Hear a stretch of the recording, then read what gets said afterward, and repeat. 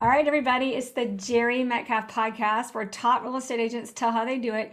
Today, we have on the show Seth Kaufman, one of the big guys. He's a chief sales officer with Sotheby's International Realty to share, I'm so excited, amazing insight. You guys, I think, are the biggest affiliate of Sotheby's as well. But that being said, Seth, thank you. Good to see you. Great to see you, Jere. Thank you for having me.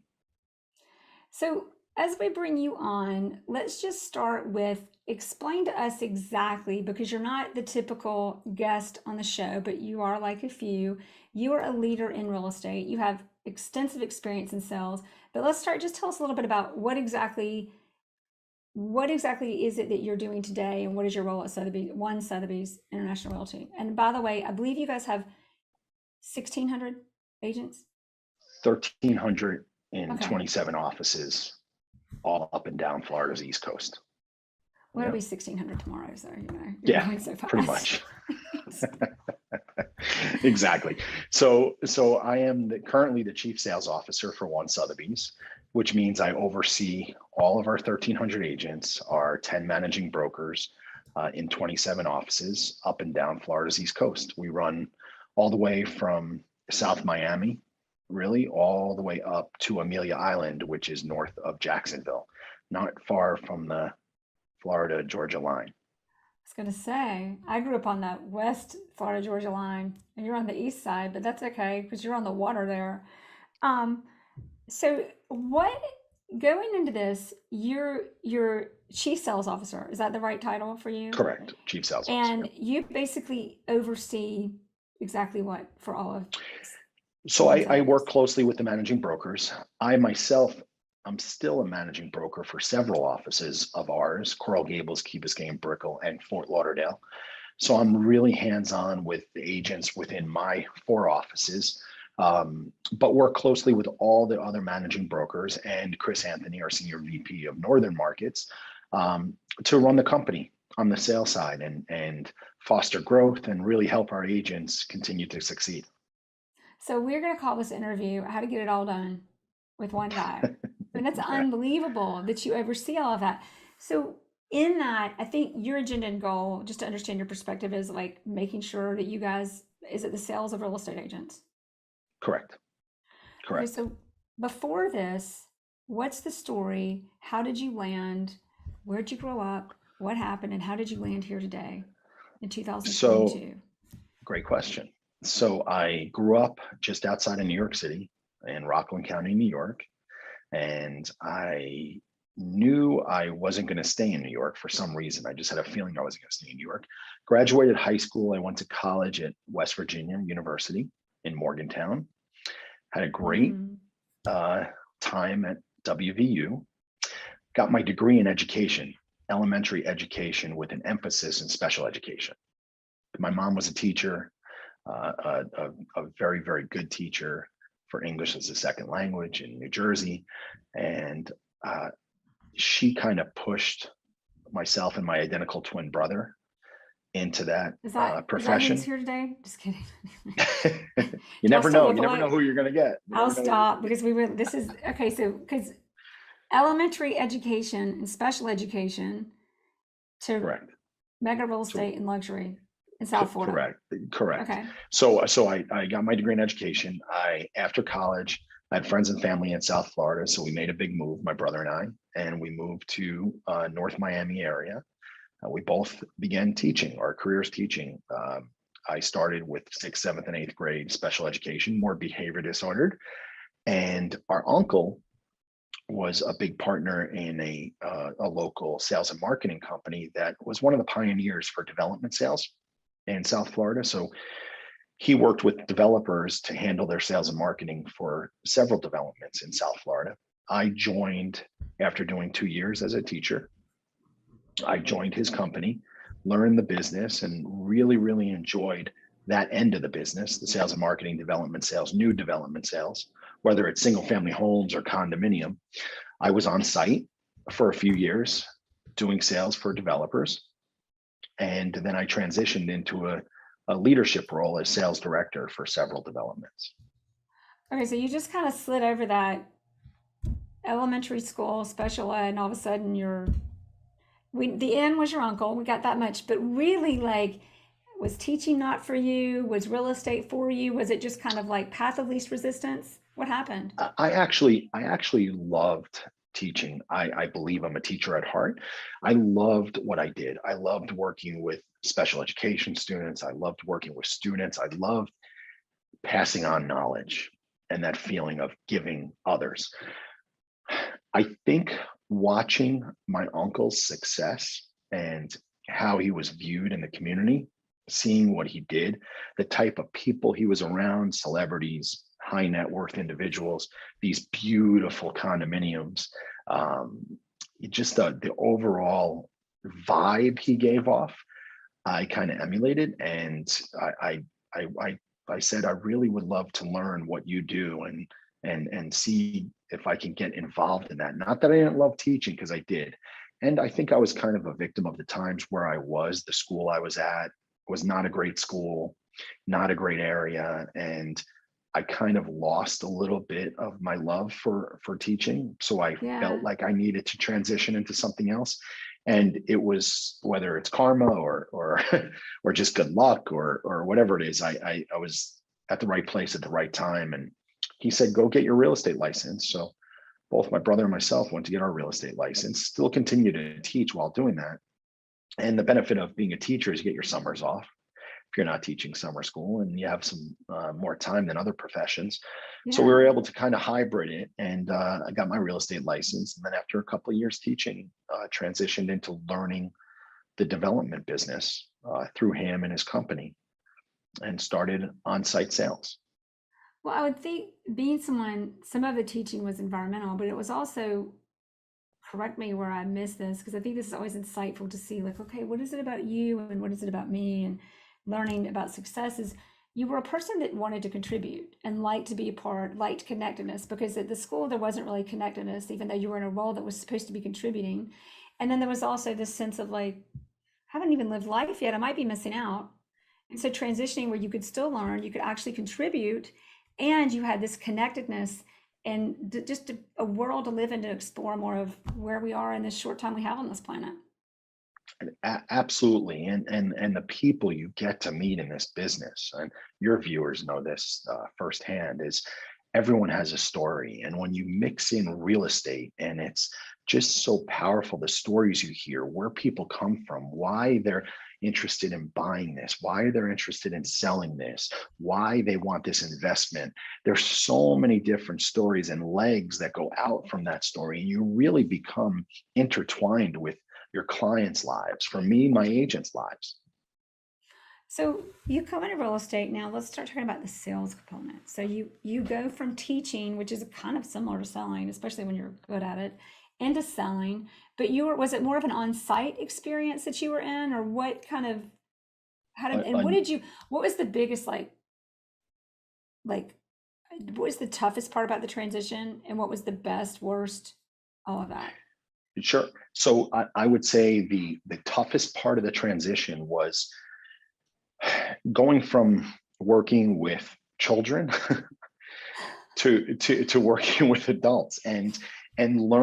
learning a whole new world and a whole new business, and knowing how to transact, and what financing means in a new development, how buildings are built, and what the process is, what's a reservation, what's a contract, what's a rescission period, how the deposit structures are, what makes someone qualified to buy a condo at this price level.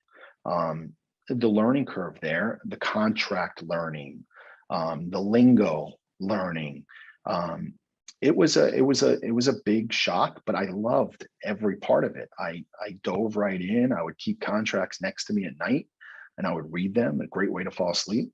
And I would Right. try to learn and And watch learn. videos, Yeah. and then watch Yeah. watch other people that were very successful doing what I wanted to do.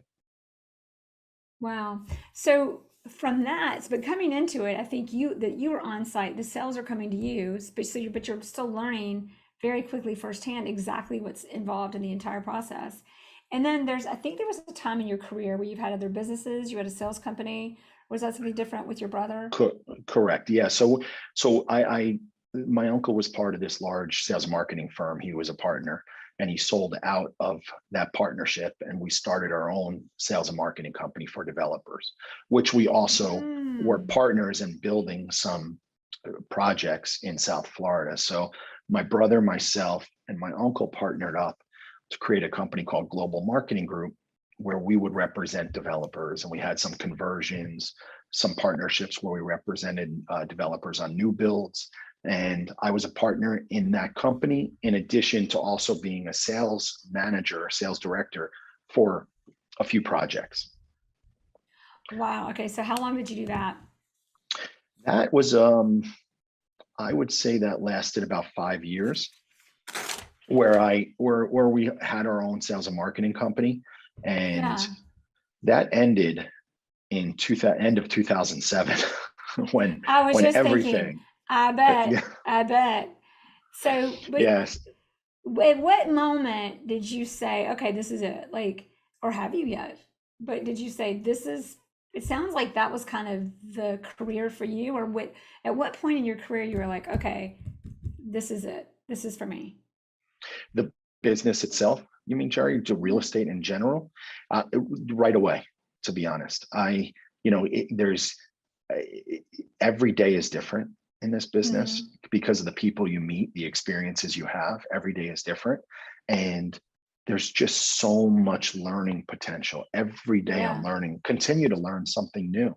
And if I don't know it, I'm intrigued by it. So I want to learn about it. I want to enhance my sales ability. I want to learn how to be a better connector. I want to learn how to be a better communicator.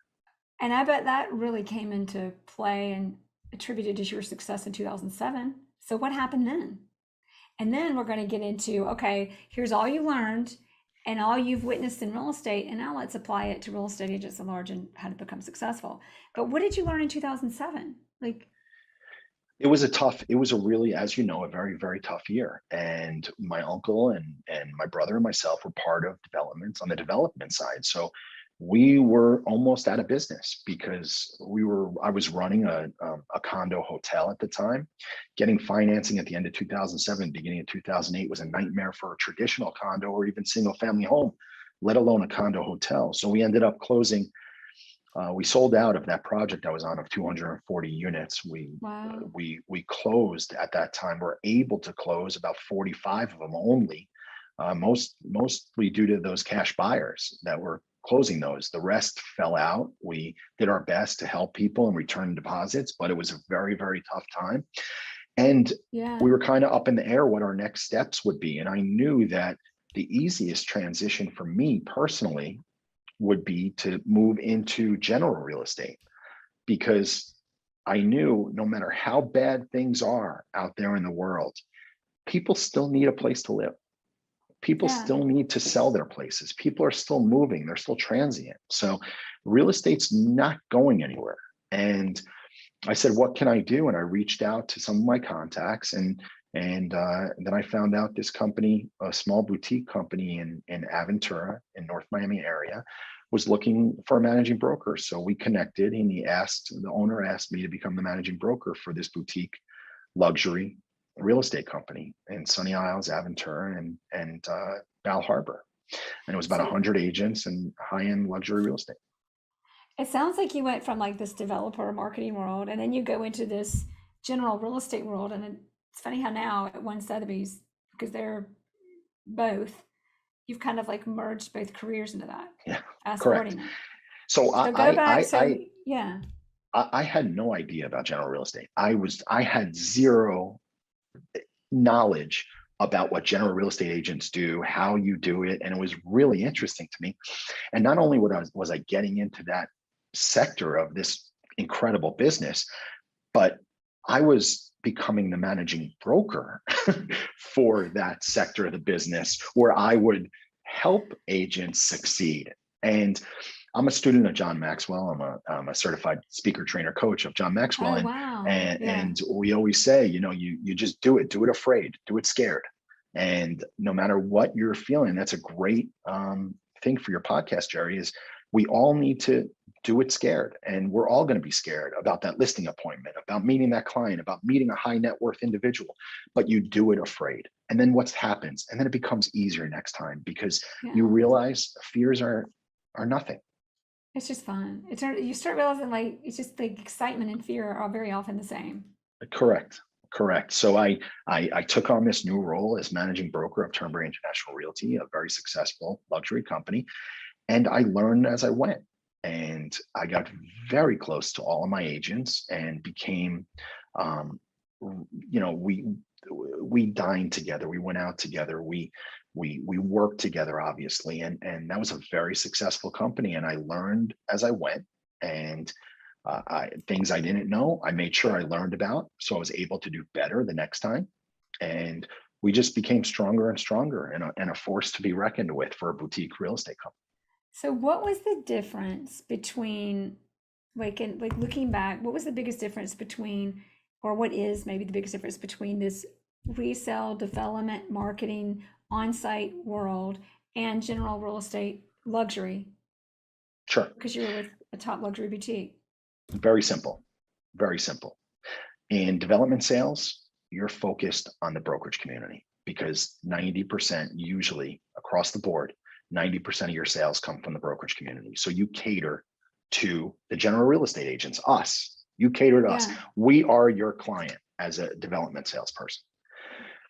General real estate, your client is the consumer, the seller, the buyer, the renter, the investor. So it's a different mindset. When you're focused on getting interest from the brokerage community, you're going out and trying to do presentations, breakfast, bringing real estate companies into your sales center. You're casting a wide net among the brokerage community.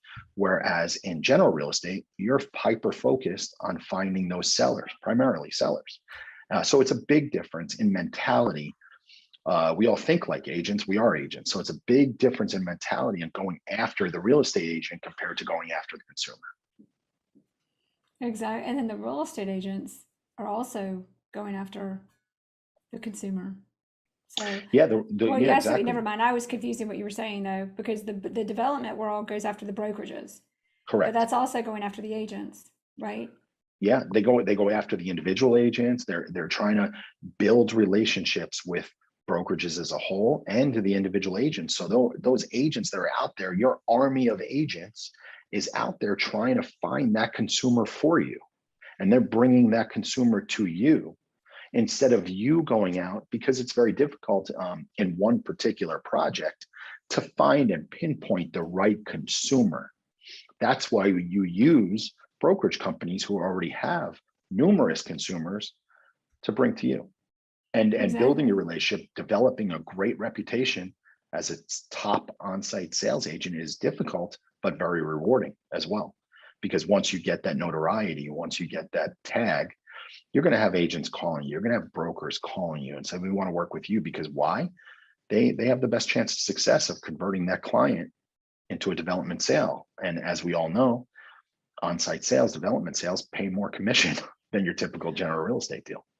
Exactly. Well, the great thing too is now you going into the real estate world, the real estate agents, it's to the consumer, but it's also to one another. Exactly right. So building relationships across the board is important as a general real estate, is one of the most important things as a general real estate agent. So being someone, well, let's fast forward and then I want to ask you one big question, and that's going to open up a rabbit hole. That's going to be fun. So you're with, was it Aventura or Turnberry? Turnberry was the name of the company, and located in the city of Aventura, correct. So Turnberry, you were managing broker for them for how many years? 10 years. And then they were acquisitioned by One Sotheby's. 2017, we got acquired by One Sotheby's, yes. And then I'm still here. So I met with. And now I bet you, coming with One Sotheby's, you brought in more of your new development experience again, or you? Yeah, absolutely. So I had a lot of experience on site development sales, and One Sotheby's at the time had a nice portfolio of developments. Daniel De La Vega and Maya De La Vega, the owners of One Sotheby's International Realty, when we were acquired, Turnberry said, Daniel flat out said to me, the only way this deal works is if you come along with the deal. So, Smart. which I was, flattered and honored, but very smart, because that's typically the best way to make things work, because I'm the one who had the relationship with my agents, and to make sure the agents are well taken care of and keep them on that growth path. I was an integral part of that, and I have had a great reputation in the area as being a very, very solid managing broker and very important person in the community when it came to real estate, because of my knowledge and connections between development in general. And I always fought for my agents, continue to do that to this day. So, I work for a company, but a solid managing broker is someone that really has their agents' backs, and that's what set me aside. But I did that for 10 years at Turnberry. We were acquired in 2017. I came over to One Sotheby's as a managing broker, bringing my 100 and so agents over, and stepping into the role as managing broker for the existing One Sotheby's Aventura, Sunny Isles, and Bay Harbor offices. So I combined my agents in different locations with their existing agents, and I took over all those offices. And then I helped a little bit with some of the projects. That's a big job. It's a big job, but when you love what It's a you do, lot. things become a lot clearer and easier. So there are two ways and two valuable things for real estate agents to learn from this. And anybody in the industry is always interested in leadership and all, but two things. Number one is, in doing this, you've seen so many agents succeed and fail at the highest level, by the way, because of who you've managed and yourself. And number two, how do you manage so many people, and what can other agents learn when they're trying to just leverage and manage their because when you look at what one single agent is doing, it's high margins, but it's a lot of busy work, but there's a lot of management and leadership skill that goes into that we can take from you. Mm-hmm. And the third thing I'm going to add is just one thing to bring this home, and then I'm going to re-ask the questions. You're diligent, you're focused, you contribute, and you're loyal. Like this, that just kind of sums you up. I'm a person of diligence, highly focused. I always want to be always contributing. That's incredibly important. And with loyalty to your agents, to your company, to your network and your people and your world. There's a saying, people don't care how much you know until they know how much you care. And I tend to live by that. If you show whoever it is, your agents in my case, your clients to your audience case, you show them how much you genuinely, authentically care about them, business is going to continue to come to you. You're not a salesperson, you're a relationship builder. And the knowledge of our business, quite honestly, it's easy. There's some things that are challenging. We're going to learn. We're going to surround ourselves with great people. We're going to surround ourselves with great managing brokers. We're going to surround ourselves with great attorneys. We're going to surround ourselves with great financing people to help us with a lot of things we don't know. And we're going to learn about the contracts just from doing. We're going to learn about the different language within the contracts just from doing. But unless you really focus on your relationships and you learn to become a more effective communicator and someone of value, your business is going to falter. The more value you can add to people, the more business you're going to do. End of story. So, and that goes into the other questions well, let me repeat what you said. It's about caring, and that is the common denominator of all luxury, according to Horst Schultz, the guy who was the operations manager for Ritz, just saying. So and number one, care. Number two, know how to communicate, learn how to effectively communicate. And number three, know your value. Correct. And that it goes into, I'm going to go ahead and ask you these two questions again anyway, is overseeing so many of the top agents, what is the difference between those who make it and those who don't? And then the other one on learning leadership as you grow your business. But go into what is it that you from, what was it, what year, what did it start? 2007, 2008? You've been managing, and it's 2022 in April Well, as we I've been a interview. sales director since about 2004. So I've been in leadership roles since, and prior to that, I was doing just Onsite. I was a salesperson for different developments, but in a leadership role, in a management role since 2004, 2005. So someone in sales personally and overseeing the top agents in South Florida, what is the common denominator of the most successful agents, and what is the biggest mistake agents usually make in general? I think the common denominator amongst successful agents, and I said this at our one summit, would be diligence. You mentioned it, and passion. You have to love what you do. You have to find a way to love what you do, because when you love what you do, it comes across in every single interaction. Whether you're selling someone's home or you're working with a buyer to buy a home, whether you're working with another realtor or someone direct, that comes across. Your passion for this business, your passion to help others, your passion to put others before you is what comes across. So we're all in the business of sales. When you show people that you care about them, knowing that this is more than likely the biggest purchase of their life or the biggest sale of their life, when you show them that you genuinely care about their interests, forget about your commission, forget about you personally, it comes across. Then you become authentic, and then you become a person of value, a person that's seeked out by others, and they refer you business. So it's a couple of answers to the success of a real estate agent and what I've seen over the years, but adding value to others and the mindset of, and we don't have a salary, we're not pegged with a price tag, but doing more than what you're paid for, going above and beyond. And I'm not talking about being a property manager. I'm not talking about going to unload someone's dishwasher, but going above and beyond. That's a great insert there. Keep going though. Yes. Going above and beyond for your clients to add as much value to give you an example. You're working with a buyer, and that buyer is frantic and nervous about the school system of the community where they want to buy. They've identified a beautiful home, but now they're nervous about the school system. And you know that. You take mental note of that. You jot it down. You then research the school. You send them a report on the school. You get recommendations from parents of that school. You know that their son is a baseball player.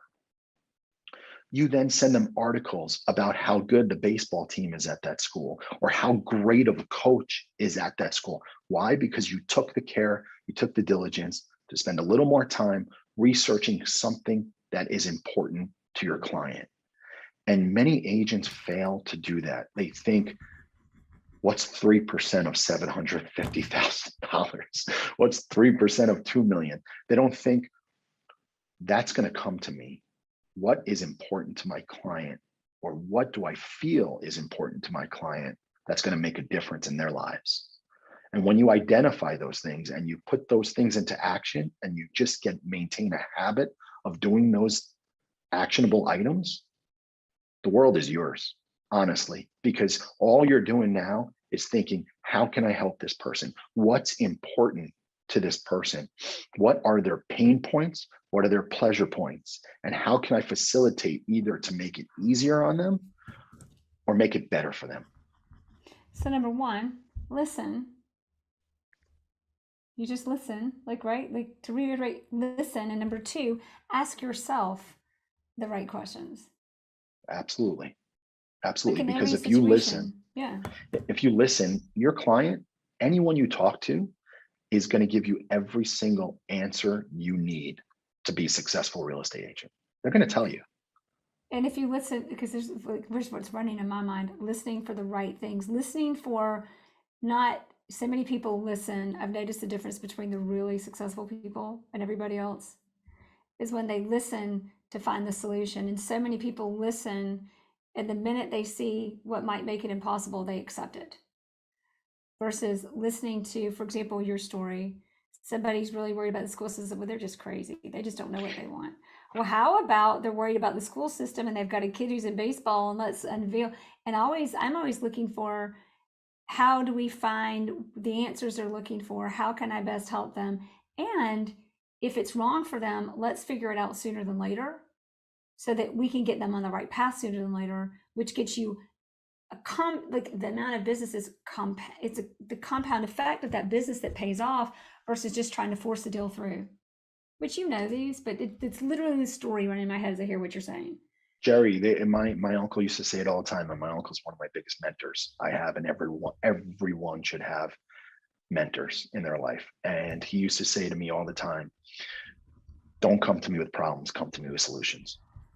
Like, high five me on that. I mean, don't leave me hanging. I mean, really, like, if you have a question, if you have a problem, at least present the solution and see what I think. But don't just come, like, I didn't pay you to bring me problems. And especially not our clients. I still talk like I'm a real estate agent, but especially not clients. They want to know. They hired you for the solution. And when you don't know, start asking the right questions, them and yourself. I love how every question you had, it was you're listening and you're asking yourself questions to give you perspective, to listen more and listen for the right things. Listen exactly for the right. Exactly right. And another thing I would like to add to that, Jerry, is what makes truly successful people, I feel, and what's important to me in my day is prioritizing. And, there are a lot of things we get sidetracked doing, menial tasks, things that are in the scheme of things, not as important as other things.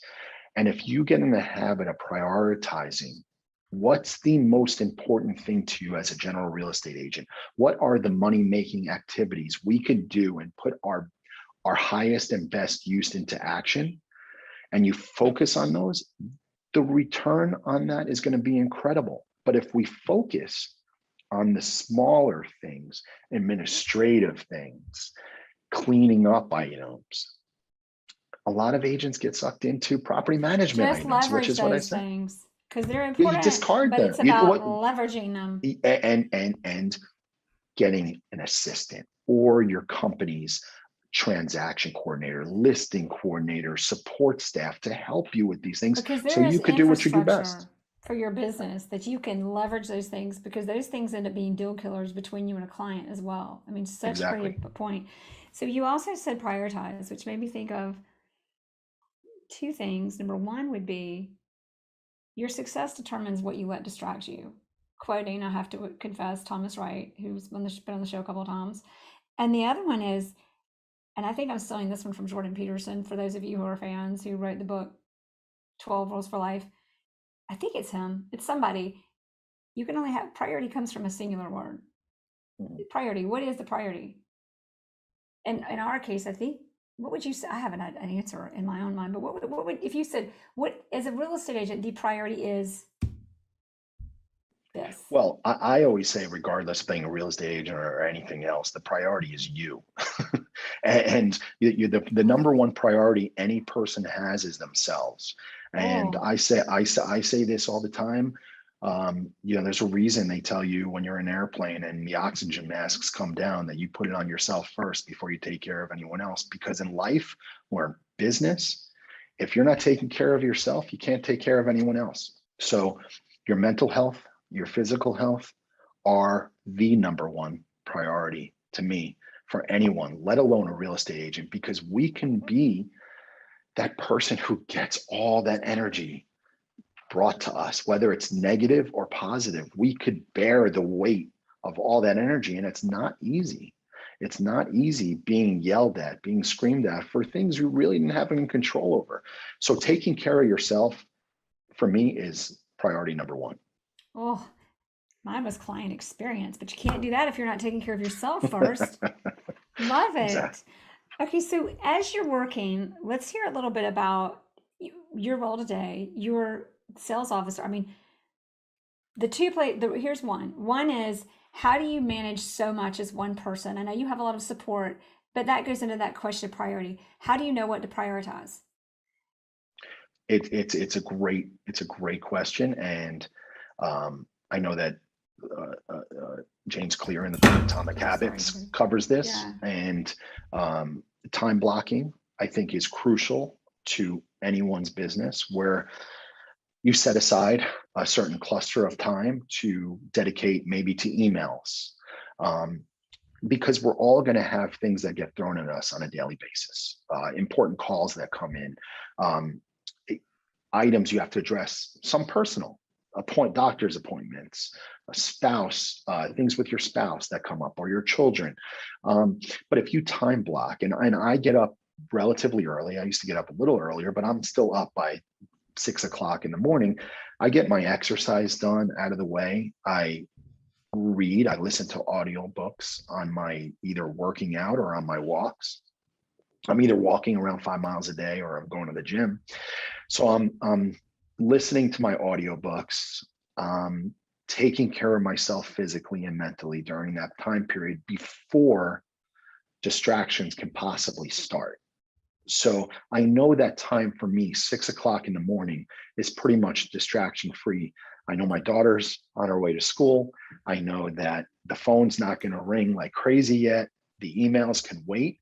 Then I'll get to a place around 8 o'clock where 8 to 9 o'clock, I can check my emails that come in overnight, or things that were kind of carried over from the day before. And I can set my agenda and prioritize those things for the day. Then 9 o'clock hits and the phone typically doesn't stop, or the emails continue to come in, or there's appointments. I'm visiting several offices. I'm I mean, you traveling put to out a lot of Jacksonville. fires A lot of in fires. your role. And you know, showing people that you care is one of the easiest ways to not put out the fire, but to diminish the fire. Showing people that you're actively listening, like we discussed, and looking for a solution, like we discussed, is one way to really dampen those fires. And we're going to all face fires on a daily basis. We're not going to know how to handle everything.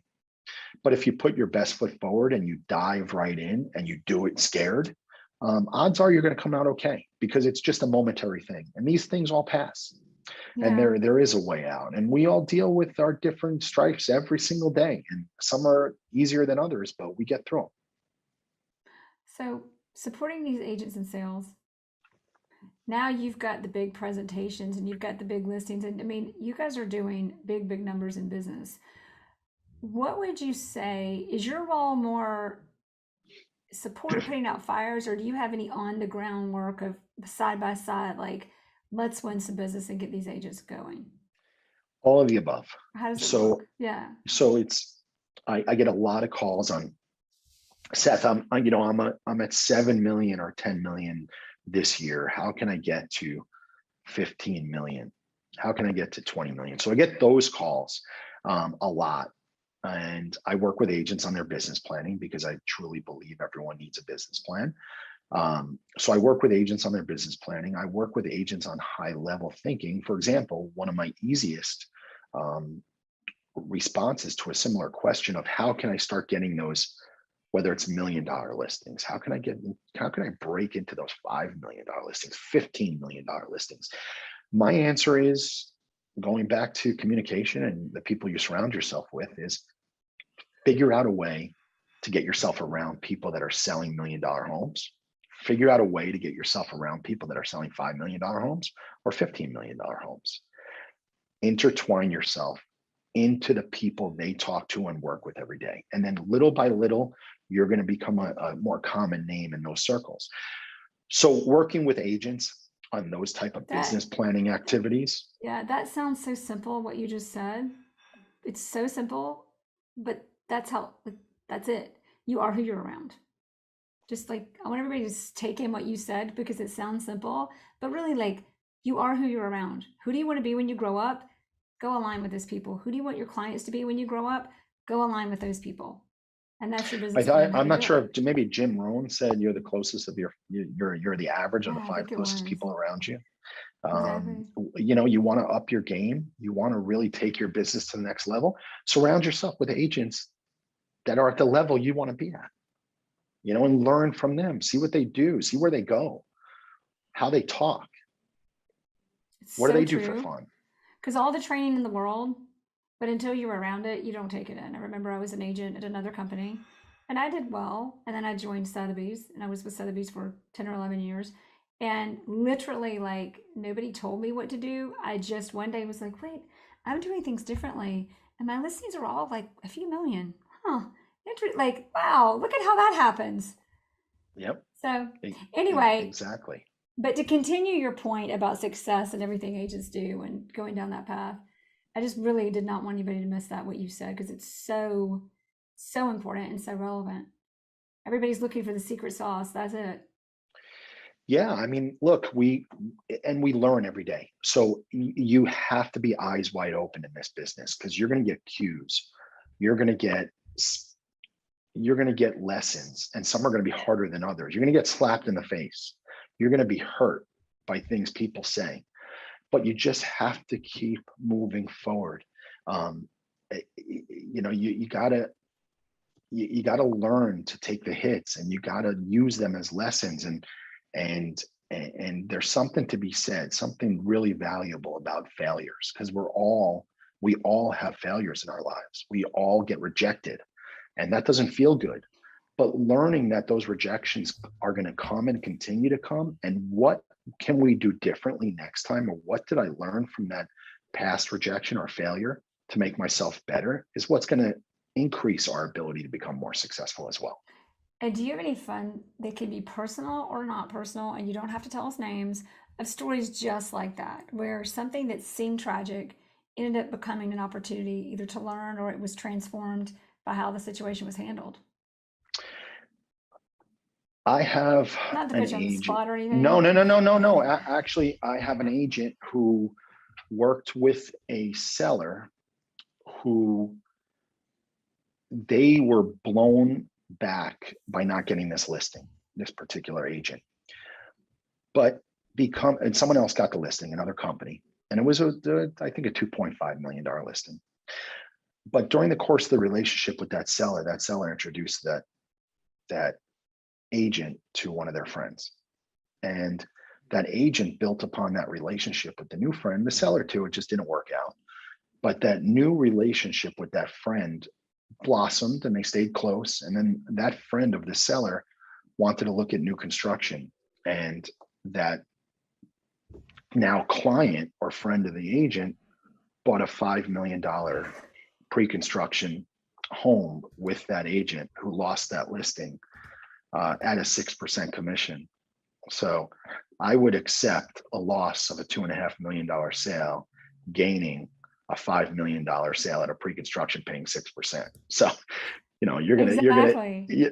So you never know. Everything's a lesson, and you do it eyes wide open. You do the best you can every day.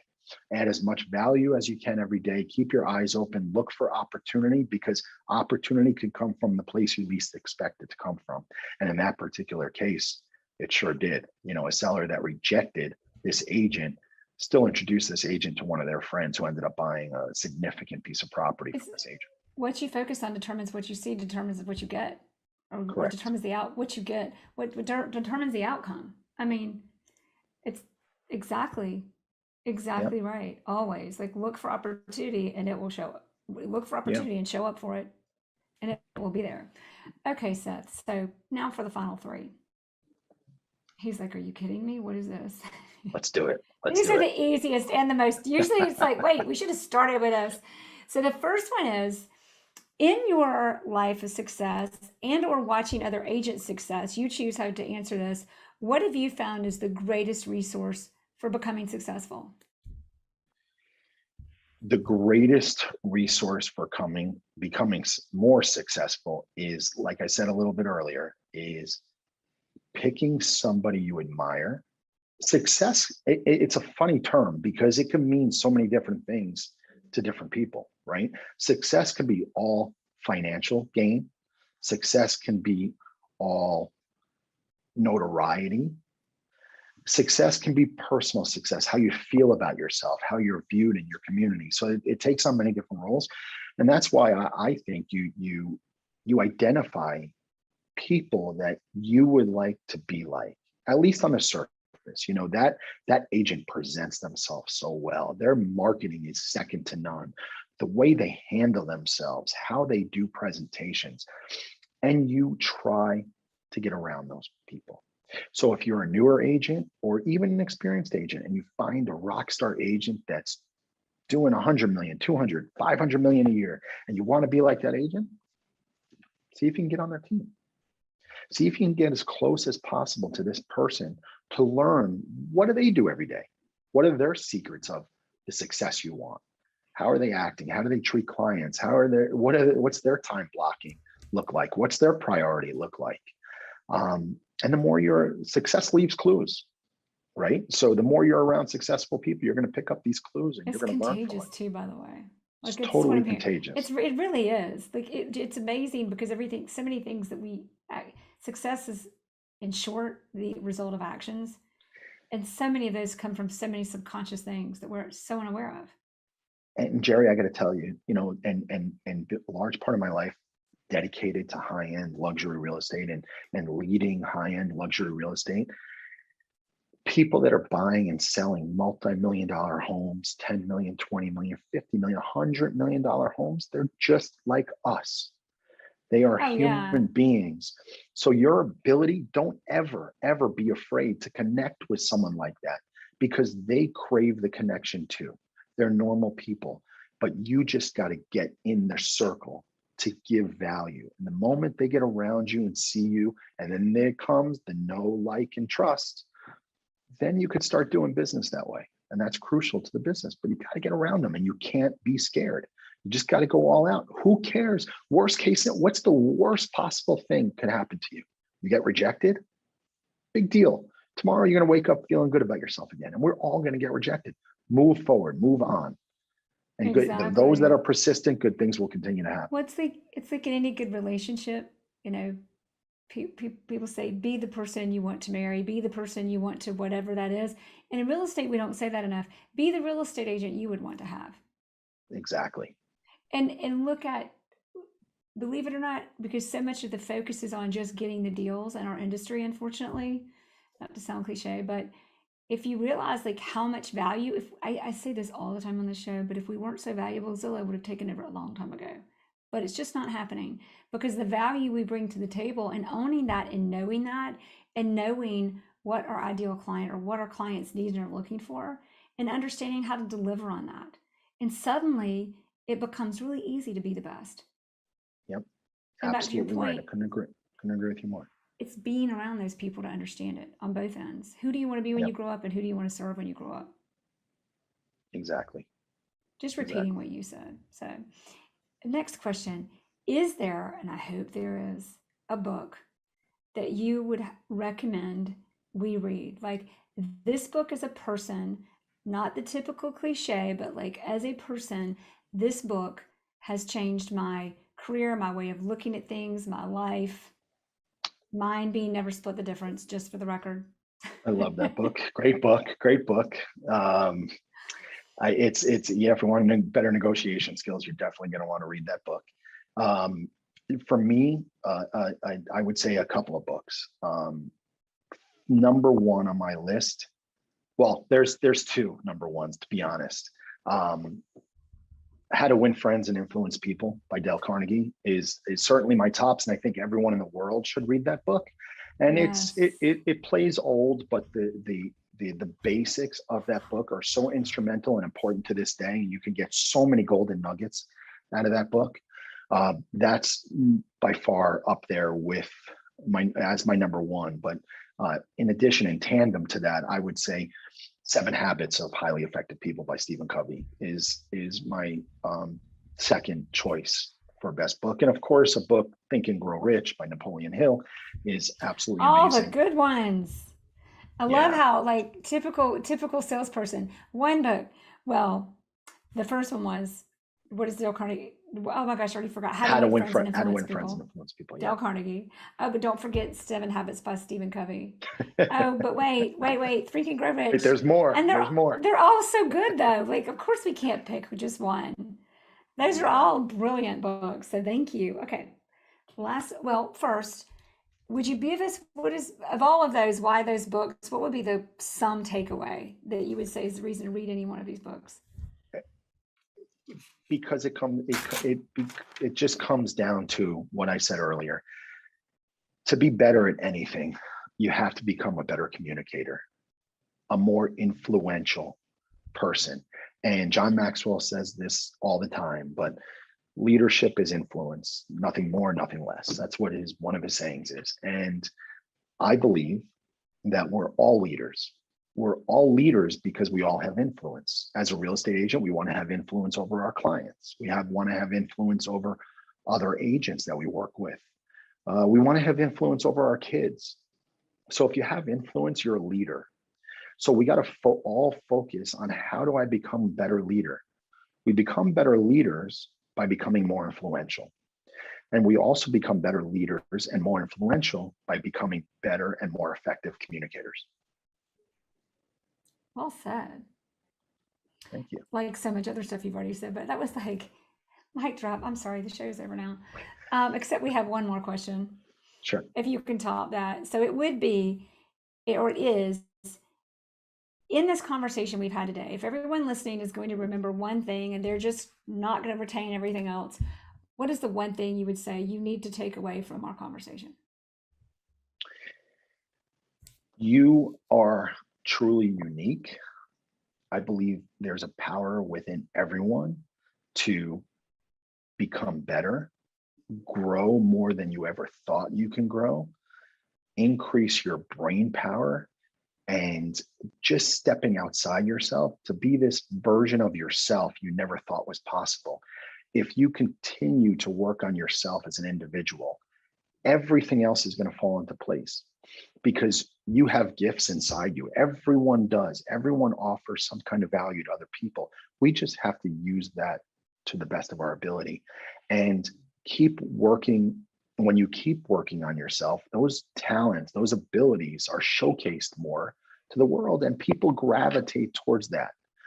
Become a person of value. That's the biggest lesson I can say. How do you do that? How do you become a person of value? Put everyone you meet before yourself.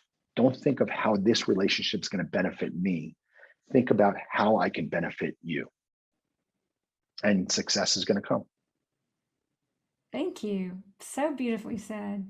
Seth, thank you so much for being on the show, and so good to see you. Great to see you, Jere. Thank you so much for having me. Thanks for listening to the Jere Metcalf Podcast, where top real estate agents tell how they do it. If you like this episode, please share it with friends. To find more episodes, search Jere Metcalf Podcast on any platform for podcasts, or go to JereMetcalfPodcast.com. That's JereMetcalf podcast.com.